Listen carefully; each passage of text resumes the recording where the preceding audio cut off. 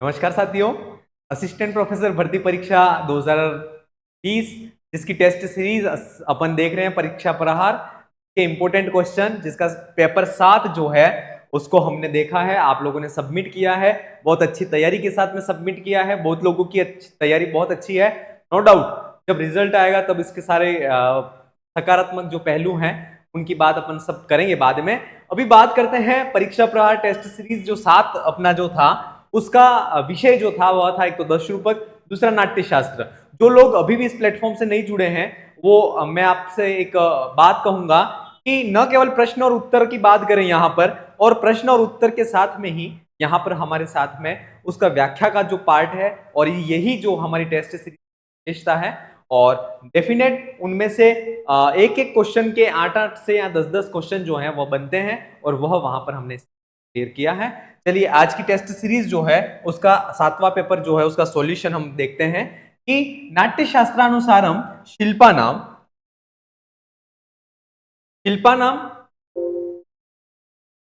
प्रकार ज्ञानानाम व प्रकार प्रोक्ता। शिल्प और ज्ञान का प्रकार कितने प्रकार का है? तो नाट्यशास्त्र में भरत मुनि ने कहा है कि शिल्प और ज्ञान के जो प्रकार हैं वह अनंत हैं, उसको वहां तक पहुंच पाना अशक्य, बहुत ही मुश्किल है। इसलिए जो शिल्प और ज्ञान के जो प्रकार हैं उसको नाट्यशास्त्र में कितने प्रकार का कहा गया है?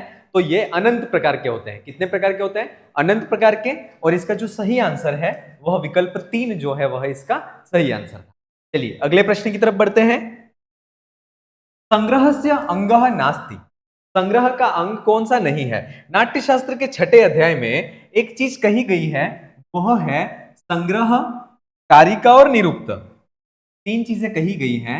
एक तो है संग्रह, दूसरी जो चीज कही है उसका नाम है कारिका, तीसरी जो चीज कही गई है उसका नाम है निरुक्त। संग्रह, कारिका और निरुक्त, ये 3 चीजें कही गई हैं। इन तीनों की डेफिनेशन भी दी गई है, जिसमें संग्रह जो है उसके कितने अंग हैं? तो 11 अंग हैं। कितने अंग हैं? 11 अंग हैं। कौन कौन से? तो कहा गया है रस भाव, रस भाव, अभिनय, धर्मी,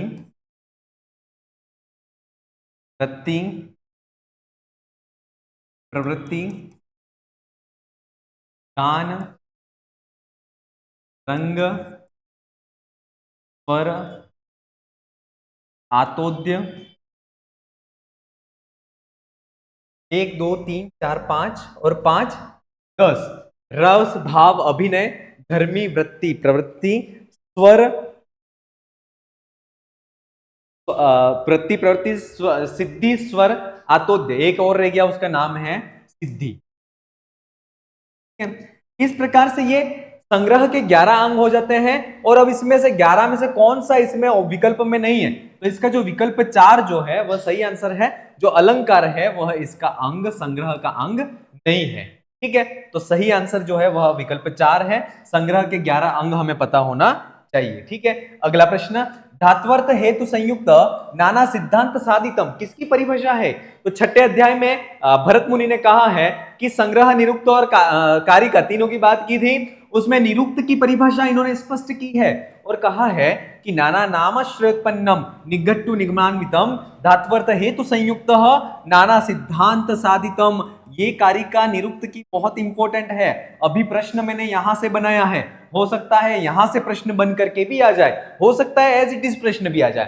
तो आपको पता होना चाहिए कि जो निरुक्त है वह नाना नामाश्रय उत्पन्न, अर्थात विभिन्न नाम अर्थात विभिन्न संज्ञाओं के आश्रय से उत्पन्न होने वाला है, और निघट्टु और निगम से अन्वित है। और इसके बाद धात्वर्थ हेतु संयुक्त, धातुओं के अर्थ के जो हेतु हैं उनसे संयुक्त है, और नाना सिद्धांत साधितम, और विभिन्न सिद्धांतों को साधित करने वाला है, विभिन्न सिद्धांतों को प्राप्त करवाने वाला है। ऐसा कौन है? ऐसा जो है वह निरुक्त है। इसका जो विकल्प 2 है वह सही आंसर है।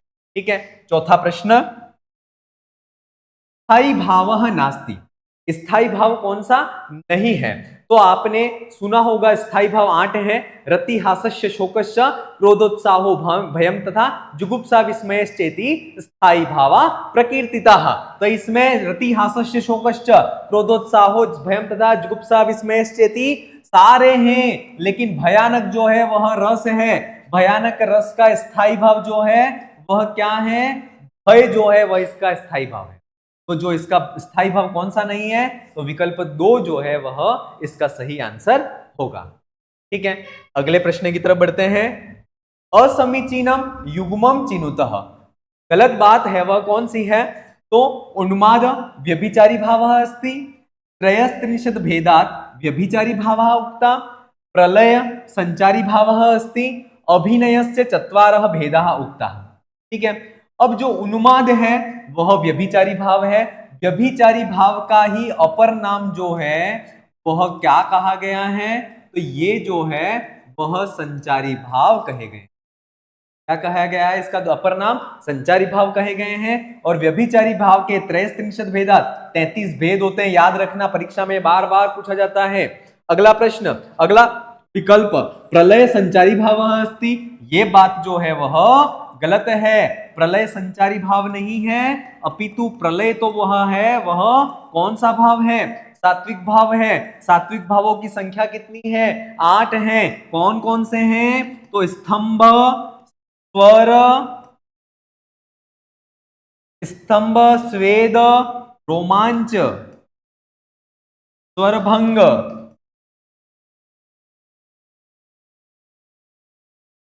वेवर्ण्य, वेपथु, अश्रुपात और प्रलय। ये जो है वह क्या है? सात्विक भाव है। और प्रलय जो है वह संचारी भाव अस्ति, ये बात कथन गलत है, अपितु प्रलय जो है वह सात्विक भाव है। सात्विक भावों की संख्या जो 8 है और उनके प्रकार जो है वह याद होना चाहिए। अभिनय से चत्वार भेदाः अस्ति, अभिनय जो है उसके 4 भेद होते हैं, ये बात भी सही है। ठीक है, चलिए अगले प्रश्न की तरफ बढ़ते हैं। प्रवृत्तियः कतिविधा उक्ता, ये प्रश्न थोड़ा कंफ्यूज करता है। एक तो कहीं पर तो चतुर्विधा लिखा हुआ होता है और कहीं पर इसके प्रकार जो हैं वह पंचधा होते हैं, 5 लिखे हुए होते हैं। ठीक है, चतुर्विधा का मतलब इसलिए लिखा हुआ होता है, एक तो है आवंती, दाक्षिणात्य,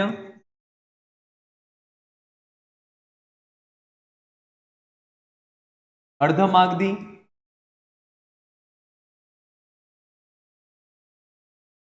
अर्धमागधी के बाद है पांचाली, पांचाला, और एक जो व्रत है वह है मध्यमा। अब देखिए, कुछ विद्वान इसको 4 मानते हैं, कुछ 5 मानते हैं। इसका रीजन ये है, कुछ विद्वान पंचाला मध्यमा इन दोनों को एक मानते हैं और कुछ हैं वह इन दोनों को अलग अलग मानते हैं। कुछ तो इसको एक मानते हैं, तो जो लोग इसको एक मानते हैं उनके अनुसार प्रवृत्तियां 4 हैं। जो लोग इनको दोनों को अलग अलग मानते हैं उनके अनुसार प्रवृत्तियां हैं वह 5 है। हमने इसका जो आंसर था वो माना था पंच था, 5 प्रकार की प्रवृत्तियां होती हैं, ये चीज हमने मानी थी। ठीक है, चलिए अगला प्रश्न, सुमेलितम कुरुतः। ठीक है, देखिए संग्रह की बात की थी तब वहां पर आतोद्य जो था, क्या था? आतोद्य। उस आतोद्य के 4 प्रकार थे। कितने प्रकार थे? 4। एक तो है तत्, फिर था अवनद्ध, तीसरा जो था वह था घन, और चौथा जो प्रकार था वह था सुशीर।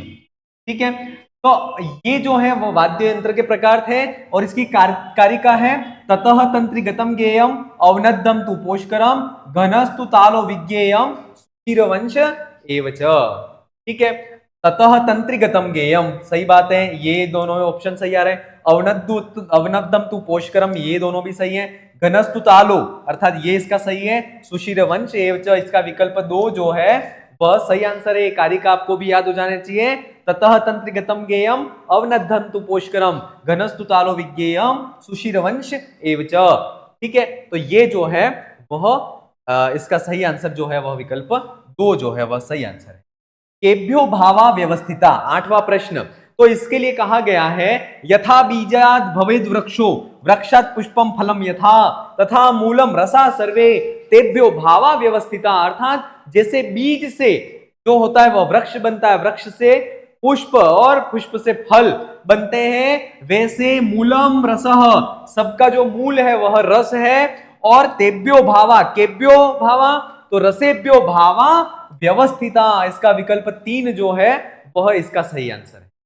ठीक है, तो इसका विकल्प 3 जो है वह सही आंसर है।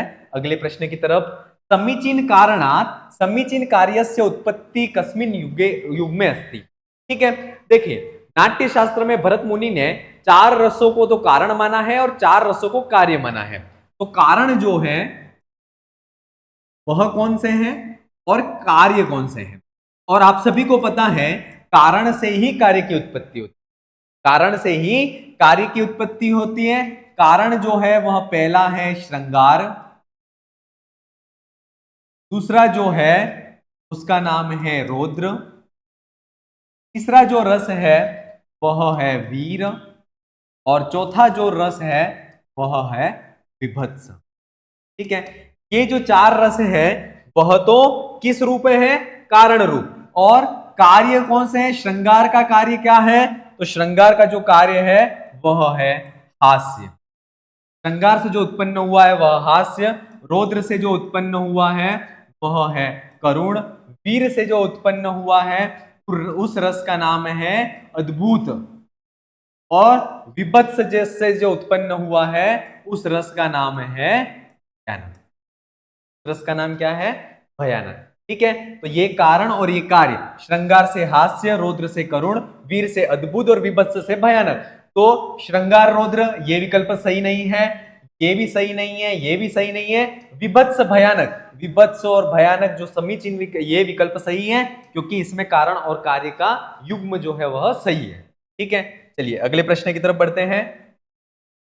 विभत्स रसेन संबंधितम युग्मम चिनुतः, विभत्स रस से संबंधित जो युग्म है विकल्प है वह कौन सा है, तो वो इसका चयन करना है।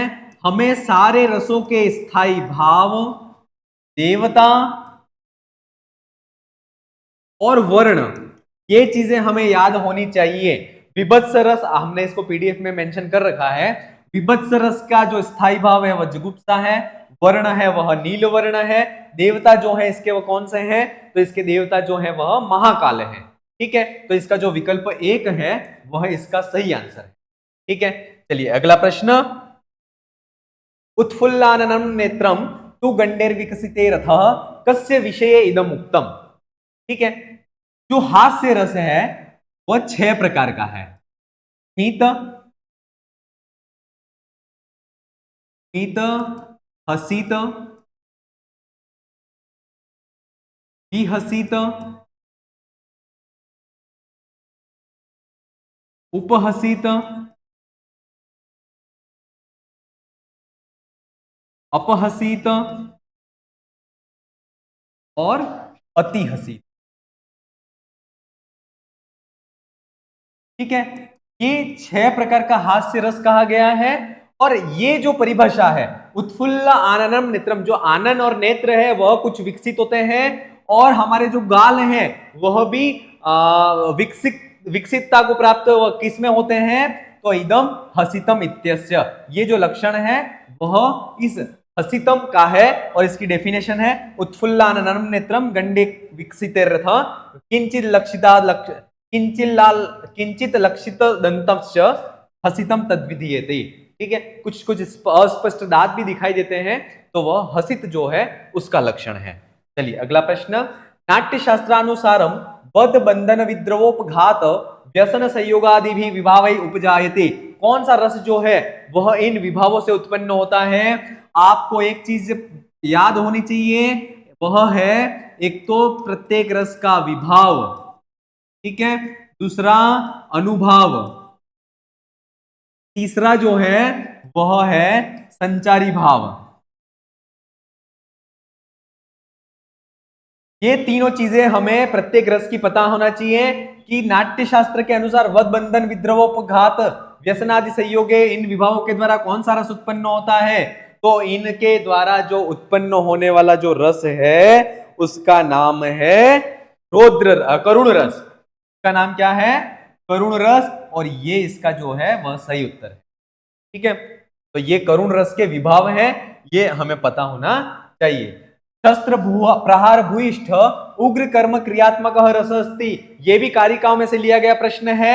यद्यपि हमें ऐसा लगता है कि शस्त्र प्रहार भूयिष्ठ मतलब शस्त्रों का प्रहार अत्यधिक रूप से किस रस में होता है? तो वीर रस में होता है।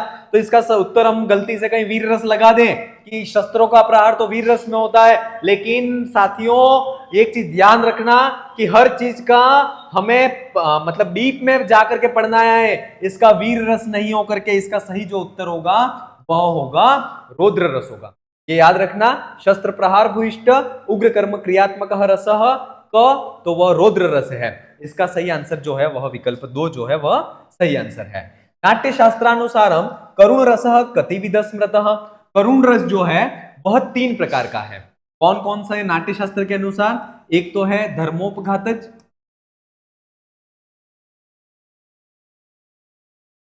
दूसरा है अर्थोपयोद्भव,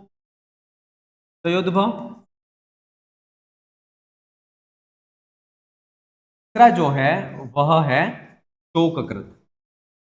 का नाम क्या है? शोककृत। तो ये करुण रस है, उसके 3 प्रकार जो है वह नाट्य शास्त्र में बताए गए हैं। ठीक है, ये चीज हमें पता होनी चाहिए। रत्याद्या स्थायी भावानाम प्रकृतिर्मतः, ठीक है, रति आदि जो स्थायी भाव है इनकी प्रकृति क्या है? तो देखिए इसके लिए भावा विकार रत्याद्या, अर्थात जो रति आदि जो है भाव वह विकारा विकार स्वरूप है। ठीक है, और शांतस्तु प्रकृतिर्मतः, और वो जो रति आदि स्थायी भाव है उनकी जो प्रकृति है वह शांतस्तु जो शांत रस है वह है। ठीक है, रति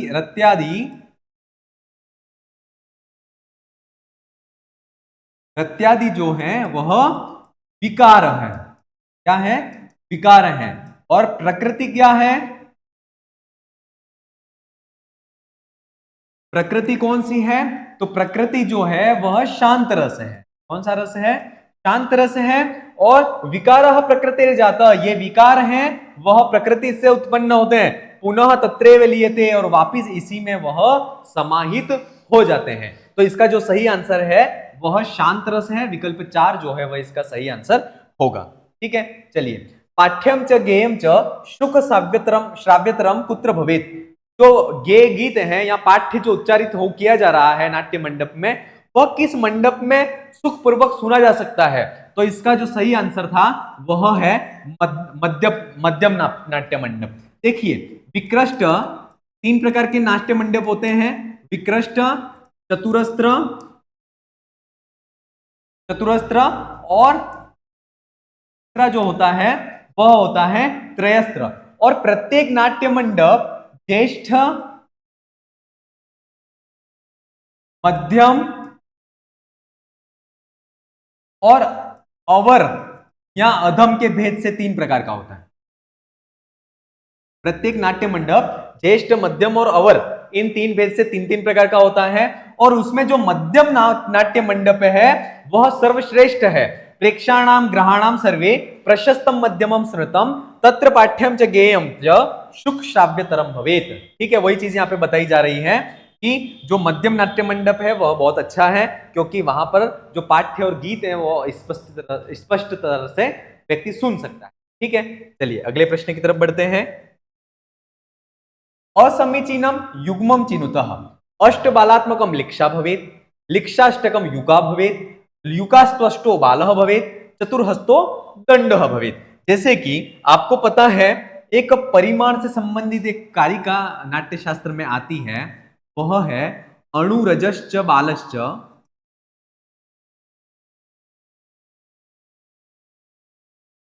लिक्षा युका व्यवस्थता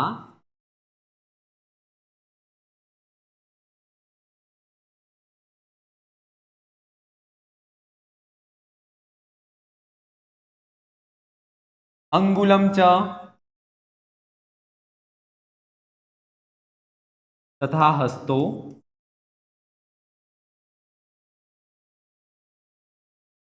दंडश्चैव प्रकीर्तिता। ठीक है, अब यहां पर कह रहे हैं कि 8 अणुओं का एक रज होता है। ठीक है, 8 रजों की एक बाल होता है, 8 बालों का एक लिक्षा होता है, 8 लिक्षाओं का एक युग होता है, युग माने जो। ठीक है, 8 युगाओं का एक जो होता है, यव। ठीक है, और 24 अंगुलों का एक हाथ होता है। अणुरजश्च बालश्च लिक्षा युका यवस्थता अंगुलम, 24 अंगुल का एक हाथ और 4 हाथ का एक दंड होता है। ठीक है, अब यहां पर अष्ट बालात्मकम लिक्षा भवित, अष्ट बालात्मकम लिक्षा भवित, ये बात सही है। लिक्षाष्टकम युका भवित, लिक्षाष्टकम युका भवित, ये बात भी सही है। युकास्त्वष्टो बालः भवित, युकास्त्वष्टो बालः भवित, ये गलत है। युकास्त्वष्टो यवः भवित, ये चीज आनी चाहिए। तो ये चीज है, वह कथन जो है वह असमीचीन है। चतुहस्तो दंडः भवेत, 4 हाथ का एक दंड होता है, ये बात भी सही है। तो ये जो है इसका असमीचित कथन है, ये चीज आपको पता हो जानी चाहिए। अणुरजश्च बालश्च लिक्षा युका यवस्था अंगुलम च तथा हस्तो दंडश्चैव प्रकीर्तिता। 8 अणुओं का एक रज, 8 रजों का एक बाल, 8 बालों का एक लिक्षा, 8 लिक्षाओं का एक युग, युग माने जो होता है वह होता है जू। ठीक है, 8 युगाओं का एक यव, यव का मतलब होता है जो। ठीक है, इसके बाद 24 अंगुलों का एक हाथ और 4 हाथों का एक दंड होता है, ये इंपॉर्टेंट है। और ये इसका जो सही आंसर होगा वह विकल्प 3 होगा। चलिए अगला प्रश्न, मर्त्यानाम नाट्य मंडप से परिमाणम भवेत। ठीक है, जो मर्त्य लोग, मनुष्य लोग है, उसमें नाट्य मंडप का परिमाण क्या होता है? तो इसका जो सही आंसर है वह है 64 इंटू 32 हस्तात्मक। ठीक है, 64 तो उसकी चौड़ाई और 32 जो उसकी है लंबाई होनी। 32 जो 64 जो है वह उसकी लंबाई और 32 जो हाथ है वह चौड़ाई होनी चाहिए। इस प्रकार का इसका जो है वह परिमाण होता है। चतुष्षष्टिकरान कुर्यात् दीर्घत्वेन तु मंडपम, ये बात नाट्य शास्त्र में कही गई है। नाट्यशाला स्थापने पश्चिम दिशायाम बलि दातव्यो हो। ठीक है, चारों जो दिशाएं हैं उन चारों दिशाओं में नाट्य मंडप, नाट्यशाला की स्थापना के समय उस कलर के अन्न से युक्त जो है वो बलि देनी चाहिए। ये कारिका है, पूर्वेण शुक्लान्न युतो नीलोन्नो दक्षिणेन च पश्चिमेन बलिपीतो रक्तश्चैवोत्तरेण। अर्थात पूर्वेण, पूर्व दिशा में नाट्य मंडप, नाट्यशाला की स्थापना के समय पूर्व दिशा में शुक्ल श्वेत कलर के जो अन्न है उन श्वेत अन्न की बलि देनी चाहिए।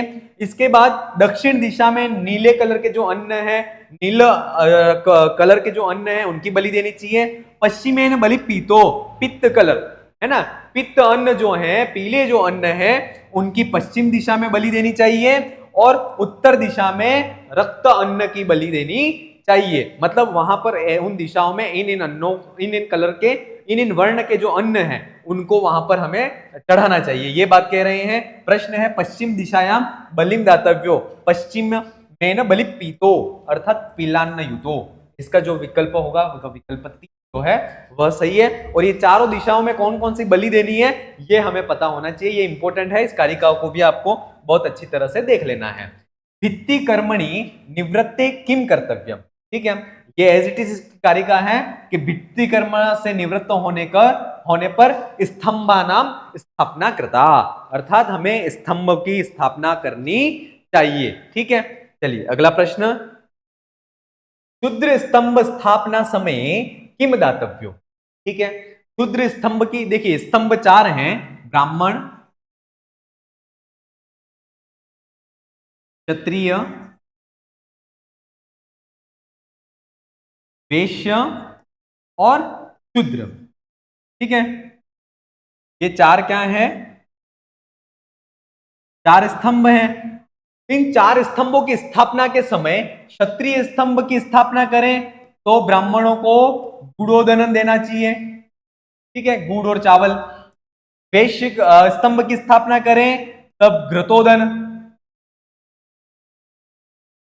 बांटना चाहिए। और शूद्र जो स्तंभ की स्थापना के समय बीजाशनम अर्थात नमक मिश्रित जो खिचड़ी होती है उसको हमें कारीगरों और ब्राह्मण आदि को खिलाना चाहिए। तो इसका जो सही आंसर था वह ये था। ठीक है, और बाकी जो ब्राह्मण क्षत्रिय और वैश्य स्तंभ की स्थापना के समय हमें क्या बांटना है उसको भी हमें याद रखना है। ठीक है, चलिए अगले प्रश्न की तरफ। ऊह प्रत्यूह संयुक्त नाना शिल्प प्रयोजितम भवेत। क्या होता है ऊह प्रत्यूह संयुक्तम नाना इनसे युक्त जो है वह क्या होता है, तो जो दारू कर्म होता है ना, नाट्यशाला के निर्माण के समय जो दारू कर्म होता है, लकड़ी पर जो कार्य होता है वह ऊह प्रत्यूह और नाना शिल्प प्रयोजितम, विभिन्न शिल्पों का उस पर कारीगरी की जाती है लकड़ी पर, और वह कहलाता है दारू कर्म। तो इसका जो सही आंसर है वह विकल्प 2 जो है वह सही आंसर है। समन्तस्तु समन्तस्तु कर्तव्यो हस्ताद्वात्रिंशद देवतु कस्य नाट्य मंडपस्य लक्षणम। अर्थात ये कह रहे हैं समन्तस्तु कर्तव्य अर्थात 32 हाथ, द्वात्रिंशद माने 32 हाथ लंबाई और 32 हाथ चौड़ाई।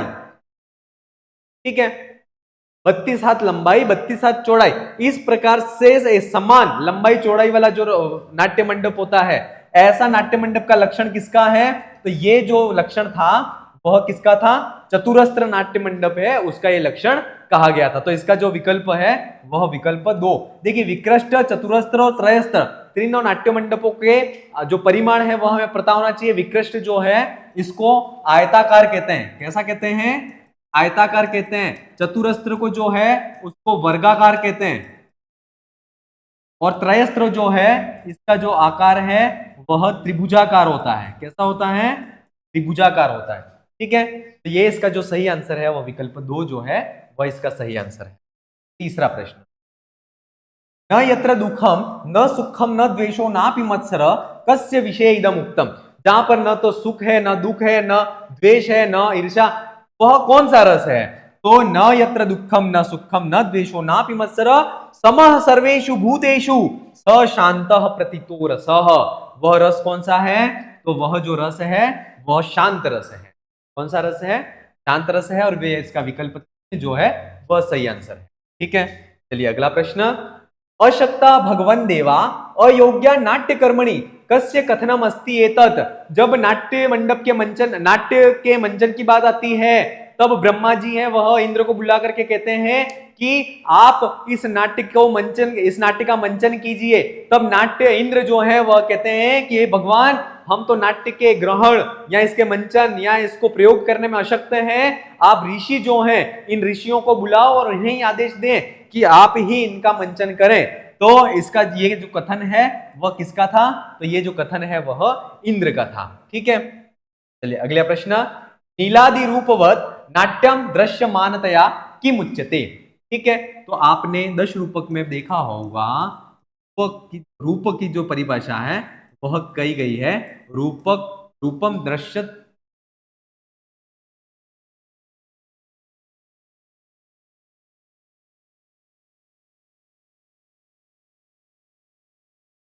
दृश्यम रूपक उच्चते। क्या कहा गया है, रूपम दृश्य तो योच्यते।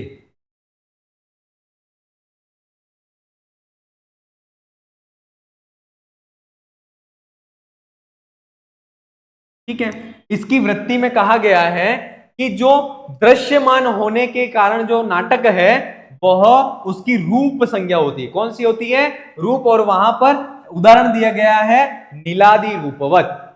क्या दिया गया है, नीलादि रूपवत। तो इसका जो सही आंसर होगा वह होगा विकल्प 2 जो है वह सही आंसर है। ठीक है, चलिए पदार्थाभिनयात्मकम भवति।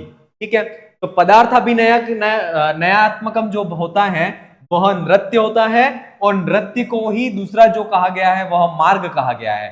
नृत्य को ही मार्ग कहा गया है, और इसका जो सही विकल्प होगा वह विकल्प 3 उभो जो है वह इसका सही आंसर होगा कि नृत्य और मार्ग दोनों जो है वह पदार्थाभिनयात्मक होते हैं। ठीक है, जो नृत्य है इस नृत्य को क्या कहा गया है, देशी कहा गया है। क्या कहा गया है, देशी कहा गया है। ठीक है, चलिए अगले प्रश्न की तरफ बढ़ते हैं। यद अल्पम दूरम नानुवर्तते साका। ठीक है, तो ये जो है वह प्रकृति है। पताका और प्रकृति जो है उसकी बात करते हैं तो उसके लिए कहा गया है सानुबंधम पताकाख्याम प्रकृति च प्रदेश भाग, अर्थात सानुबंधम जो मुख्य कथानक के साथ साथ में चलता है वह पताका है, और प्रकृति जो है वह कुछ समय के लिए आती है कथानक और वह फिर अलग हो जाती है। उसकी वृत्ति में कहा गया है दूरम यद अनुवर्तते प्रासंगिकम सा पताका, ठीक है, जो दूर तक जाता है वह प्रासंगिक वह पताका है, और जैसे सुग्रीवादी वृतांतवत, ये सुग्रीवादी जो वृतांत है वह किसका है उदाहरण है, तो वह पताका का उदाहरण है, ठीक है।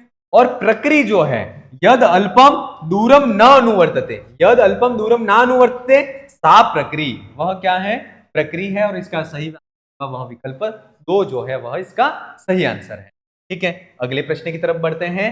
कवि कल्पित इतिवृत्त अस्ति, ठीक है। इतिवृत्त है वह 3 प्रकार का है, एक तो है प्रख्यात, दूसरा है उत्पाद्य, तीसरा जो है वह है मिश्र, ठीक है। प्रख्यात जो है इसका जो इतिवृत्त होता है वह इतिहास प्रसिद्ध होता है, ऐसा होता है इतिहास प्रसिद्ध होता है। उत्पाद्य जो होता है इसका इतिवृत्त जो होता है वह कवि कल्पित होता है, ऐसा होता है कवि कल्पित होता है। और मिश्र जो होता है वह इतिहास प्रसिद्ध और कवि कल्पित इन दोनों का मिश्र होता है। तो कवि कल्पित इतिवृत्त अस्ति, तो कवि कल्पित इतिवृत्त कहां पर होता है, तो उसका जो सही आंसर है वह विकल्प 2 उत्पाद्य जो है वह इसका सही आंसर है। चलिए अगले प्रश्न की तरफ बढ़ते हैं। दश रूपकस्य तृतीय प्रकाशस्य नामः किम, ठीक है। देखिए दश रूपक की बात करते हैं तो दश रूपक में कितने प्रकाश में बांटा गया है, तो इसको 4 प्रकाश में बांटा गया है। कितने प्रकाश में बांटा गया है, 10 रूपक को 4 प्रकाश में, और इसके जो लेखक हैं वह है धनंजय। कौन है, धनंजय, ठीक है। अब धनंजय इसके लेखक हैं और इसके पहले प्रकाश का नाम है वह है वस्तु विभाग, दूसरा जो प्रकाश है उसका नाम था नेत्री प्रकाश, तीसरा जो है उसका है रस रूपक लक्षण प्रकाश, और चौथा जो इसका प्रकाश का नाम है वह है रस विचार। तो इसका जो सही आंसर है वह है विकल्प 3 जो है वह इसका सही आंसर है, ठीक है। चलिए अगले प्रश्न की तरफ बढ़ते हैं। इहा मृगे कति अंका भवन्ति, ठीक है। जैसे कि नाटकम प्रकरणम भाण प्रहसनडीम व्यायोगः समवकार विथ्यंगेहा मृगा इति, ये चीज आपको पता है, ठीक है। तो इसमें जो है वह इहा मृग जो है, इहा मृग जो है इसमें इसके जो अंक हैं, इहा मृग जो होता है उस इहा मृग में कितने अंक होते हैं ये इंपॉर्टेंट है। सारे जितने भी एक चीज आपको पता होना चाहिए वो ये है कि जब भी रूपक की बात करें, जब भी रूपक की बात करें तब क्या हमें पता होना चाहिए, तो वह ये पता होना चाहिए कि उसमें अंक कितने हैं, वृत्तियां कौन सी हैं, ये सारी चीजें हमें पता होनी चाहिए। और इहा मृग जो है उसमें वृत्ति अंकों की बात करें तो इसका जो सही आंसर है वह विकल्प 1 जो है वह सही आंसर है कि इहा मृग में 4 अंक होते हैं। अंक रूप के अंगीरसः भवति, ठीक है, ये वही। तो इसका जो अंगीरस होता है वह होता है करुण रस होता है। कौन सा रस होता है, इसमें जो रस होता है वह होता है करुण रस, इसका प्रधान होता है, ठीक है। विद्रवस्य लक्षणम अस्ति। अब देखिए ये विद्रव, ये प्रश्न कहां से थोड़ा सा डीप में से लिया गया है। आपको पता होगा कि जो संधियां हैं नाटक में कितनी संधियों का प्रयोग होता है, तो 5 मुख, प्रतिमुख, गर्भ,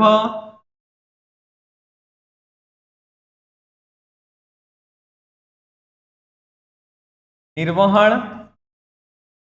और अवमर्श, ठीक है। ये 5 संधियों का प्रयोग किया जाता है। तो इन 5 संधियों के जो भेद हैं उन भेदों में से यह प्रश्न बना हुआ है। तो जो अवमर्श संधि है, अवमर्श जो संधि है उसमें से है कि विद्रव का लक्षण है तो वद बंधनादि विद्रव, अर्थात जो ये अवमर्श जो है इसके जो भेद है उसमें से ये है कि जो विद्रव है उसको कहते हैं वदबंधनादि विद्रव। संफेट जो है, संफेट, रोष भाषणम संफेट। और गुरु तिरस्कृति जो है वह किसको कहते हैं? तो द्रव जो है, द्रव का नाम जो है वह है गुरु तिरस्कृति। जब गुरुओं का तिरस्कार किया जाता है उसको द्रव कहते हैं। विरोध शमन शक्ति, विरोध शमन शक्ति। ठीक है, इस प्रकार से ये इनकी परिभाषा है। इसका जो सही आंसर था वह विकल्प 2 जो है वह इसका सही आंसर। ठीक है, चलिए अगले प्रश्न की तरफ बढ़ते हैं। विथ्यंगेषु कस्य गणना न भवति? विथ्यंगों में किसकी गणना नहीं होती है? तो विधि के 13 अंग हैं जिनका नाम ये लिखा हुआ है। उद्यतक, अवगलित, प्रपंच, त्रिगत, छल, वाक के लिए अधिबल, गंड, अवस्यंदित, नालिका, असत प्रलाप, व्यवहार, मृदव। तो इसमें किसका प्रयोग नहीं होता है? तो आपको पता है कि प्रवृत्तकम ये जो है इसका प्रयोग इसमें कहीं पर भी नहीं आता है, और इसका जो सही आंसर है वह विकल्प 3 जो है वह सही है। चलिए, जामदग्निजयी इत्यत्र रूपकस्य प्रकार अस्ति। जामदग्निजयी ये इसमें कौन सा रूपक है? तो इसका जो सही आंसर है वह कौन सा है? और ये प्रश्न जो है यद्यपि सुनने में नहीं आता है, लेकिन ये जो है वह कारिकाओं में से बना हुआ है, और इसका जो सही आंसर है वह है व्यायोग। ठीक है, अगला प्रश्न, असमीचीन कथनम चिनुतः। संस्कृत वाग व्यापारो भारतीय वृत्त्याम भवति। ये बात सही है, संस्कृत में व्याग व्यापार जो है वह भारतीय वृत्ति में होती है। सर्वश्राव्य व कथा वस्तु प्रकाशम नामना गया है, तो ये बात भी सही है। निर्वहन संदेह त्रयोदश अंगानि सन्ति, ये बात जो है थोड़ी सी गलत है। दश रूपकस्य मंगलाचरण नमस्कारात्मक भवति, नमस्कारात्मक मस्ति, ये बात भी सही है। निर्वहन संदेह त्रयोदश अंगानि, ये जो चीज है वह गलत है, क्योंकि निर्वहन संधि के अंगों की जो संख्या है वह कितनी है? चतुर्दश है। जैसा कि आपको पता है जो संधियां हैं वह है 5 हैं। मुख, प्रतिमुख, गर्भ, विमर्श, अवमर्श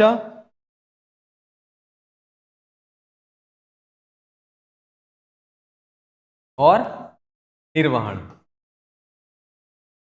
ठीक है, इसके जो भेदों की संख्या है वह 12 है, इसके 13 हैं, इसके 12 और इसके 13, और इसके निर्वहन जो है उसके 14 भेद हो जाते हैं।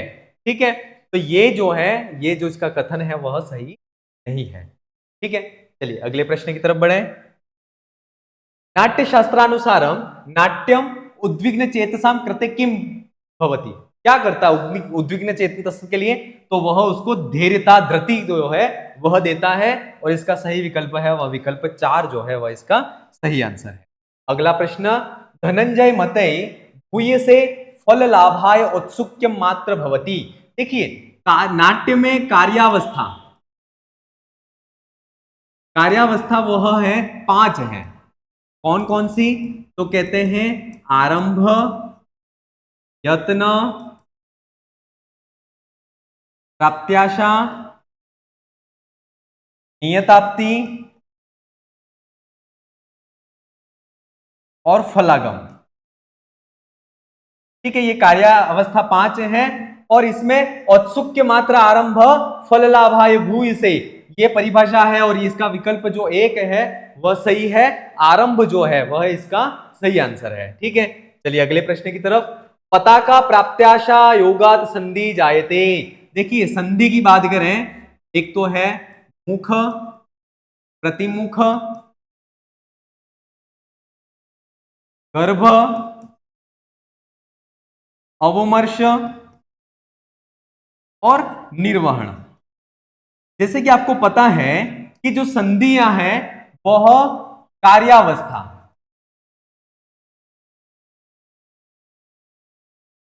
और अर्थ प्रकृति, कार्यावस्था और अर्थ प्रकृति के मेल से इन संधियों का निर्माण होता है। कार्यावस्था आरंभ, यत्न, प्राप्त्याशा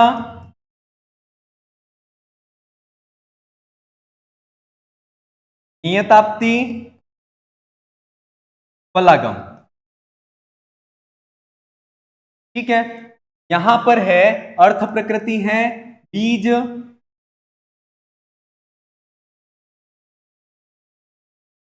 बिंदु, पताका, प्रक्रिया और कार्य। ठीक है, आरंभ और बीज इन दोनों के मेल से मुख संधि का निर्माण होता है, यत्न और बिंदु के मेल से प्रतिमुख। इस प्रकार से कार्यावस्था और अर्थ प्रकृति इनके मेल से संधियों का निर्माण होता है। अब यहां पर पूछा जा रहा है पताका और प्राप्त्याशा, पताका और प्राप्त्याशा इनके मेल से किस संधि की उत्पत्ति होती है? तो इनके मेल से जो संधि बनती है उसका नाम है गर्भ संधि। देखिए इसमें से डेफिनेट प्रश्न आएगा, आपको कंफ्यूज नहीं होना है, ऊपर ऊपर नीचे नहीं हो जाना है। मुख, प्रतिमुख, गर्भ, अवमर्श, निर्वहन सॉरी, ये जो है वो संधियां हैं, कार्यावस्था ये है और अर्थ प्रकृति ये है। इसका सही आंसर जो है वो विकल्प 3 जो है वह इसका सही आंसर है। ठीक है, चलिए अगले प्रश्न की तरफ बढ़ते हैं। संस्कृत प्रायो नटाश्रय वाग व्यापार किम किम कथ्यते। ठीक है, तो ये जो है संस्कृत में वाग व्यापार जो है वह भारतीय वृत्ति में होता है। भारतीय वृत्ति के 4 भेद होते हैं, प्ररोचना, तिथि, प्रहसन और अंतिम एक भेद होता है उसका नाम है आमुख। क्या है? आमुख। प्ररोचना, विधि, प्रहसन और आमुख ये भारतीय वृत्ति के 4 भेद हैं और इसका जो सही आंसर है वह विकल्प 3 जो है वह इसका सही आंसर है। ठीक है, अगले प्रश्न की तरफ बढ़ते हैं। नाट्ये यत्र प्रस्तुतस्य भाविनः कथा वस्तुनः अन्योक्तिमय सूचना दीयते तद भवति, वह क्या कहलाती है? तो जो वर्तमान प्रस्तुत जो कथानक है उसके साथ में भविष्य में जो आने वाली जो कथा है उसका वहां पर जो सूचना दी जाती है वह किसके माध्यम से दी जाती है? तो वह पताका स्थानक के माध्यम से दी जाती है और इसका जो सही आंसर है वह विकल्प 1 जो है वह इसका सही आंसर है। ठीक है, चलिए अगला प्रश्न। नृत्य नृत्यो नृत्य नृत्यो स्वरूपम भवति, ये बहुत अच्छा प्रश्न है, कंफ्यूज करने वाला प्रश्न है और इसमें जो सही आंसर था वह था नृत्यम ताल लयाश्रयम नृत्यम भावाश्रयम। जो नृत्य होता है वह भावों पर आश्रित होता है और जो नृत्य होता है वह ताल और लय पर आश्रित होता है। नृत्य जो होता है और नृत्य होता है वह भावों पर आश्रित होता है। ठीक है, और इसका जो सही विकल्प है वह विकल्प 2 जो है वह सही आंसर है। ठीक है, चलिए अगला प्रश्न।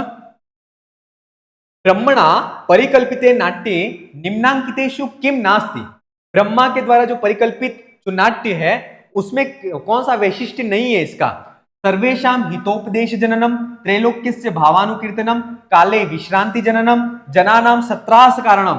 तो इसका जो है वह लोगों में क्या डर थोड़ी उत्पन्न कर रहा है? नाटक नहीं करता है, वह तो लोगों में और विश्रांति को, आनंद को प्रदान करता है। तो ये जो विकल्प 4 जो है वह इसका उदाहरण नहीं है, मतलब इसका वैशिष्ट्य नहीं है। ठीक है, अगला। भगवतः नीलकंठस्य नृत्यतः श्रृंगार रस संभवम का वृत्ति दृष्टा। भगवान जो नीलकंठ थे, महादेव जो थे, शंकर जो थे, इन्होंने जो नृत्य किया था उस नृत्य में कौन सी वृत्ति को देखा गया था? तो उस वृत्ति उस वहां पर जो केशी की वृत्ति है उस केशी की वृत्ति को वहां पर दिया गया था, देखा गया था। भरत जो है वह केशी की वृत्ति के प्रयोग में समर्थ नहीं थे, इसलिए वह ब्रह्मा जी के पास में जाकर के निवेदन करते हैं कि हे ब्रह्मा, मैंने 4 वृत्तियां भारतीय, सातवती और आर्यभट्टी पर आश्रित तो नाट्य का प्रयोग कर लिया है, लेकिन मुझे जो है वह केशी की वृत्ति का आश्रय लेकर के नाट्य का मंचन करना है, लेकिन इस वृत्ति का मंचन करने में मैं असमर्थ हूं, तो मुझे ऐसी सामग्री प्रदान करो जो केशी की वृत्ति के मंचन में मुझे सहायता प्रदान करे। तब वह केशी की वृत्ति का प्रयोग कर करके मंजुकेशी, सुकेशी आदि जो अप्सराएं हैं उन अप्सराओं का निर्माण करते हैं। चलिए, नाट्य धर्मस्य दृष्टया संवाद कथा वस्तु कतिविधः भवति। तो संवाद जो है वह 3 प्रकार का कहा गया है। कौन कौन सा है?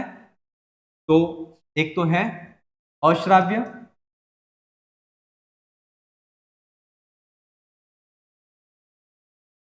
अश्राव्य, नियत श्राव्य और अश्राव्य, नियत अश्राव्य, नियत श्राव्य और सर्वश्राव्य। ये 3 प्रकार की कथा वस्तु संवाद के आधार पर।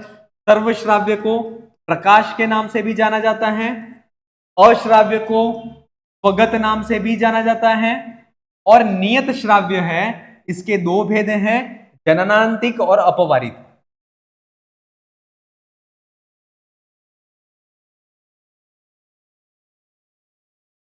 जनांतिक और अपवारित, ठीक है। तो इसका जो सही आंसर था वह विकल्प 2 जो है वह सही आंसर है। अगला प्रश्न, त्रिपताका करेणान्य अपवार्यंतराम कथाम अन्योन्यामंत्रणाम यत् क्या तद, वो क्या है?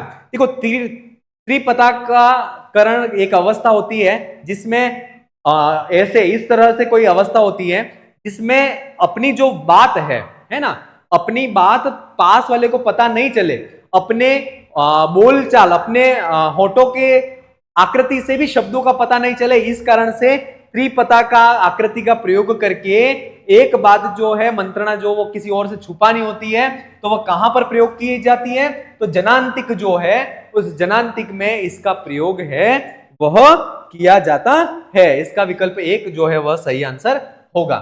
नियत श्राव्य कतिविधः, तो नियत श्राव्य 2 प्रकार का है, जनांतिक और अपवारित। अगला प्रश्न, स्वगतम इत्यस्य परिभाषा अस्ति अश्राव्यम स्वगतम मतम। अश्राव्य जिसको किसी को हम सुनाना ही नहीं चाहते हैं, अपने मन में ही चिंतन के माध्यम से हम किसी चीज को या भावों को व्यक्त कर रहे हैं, वह अश्राव्य कहलाता है।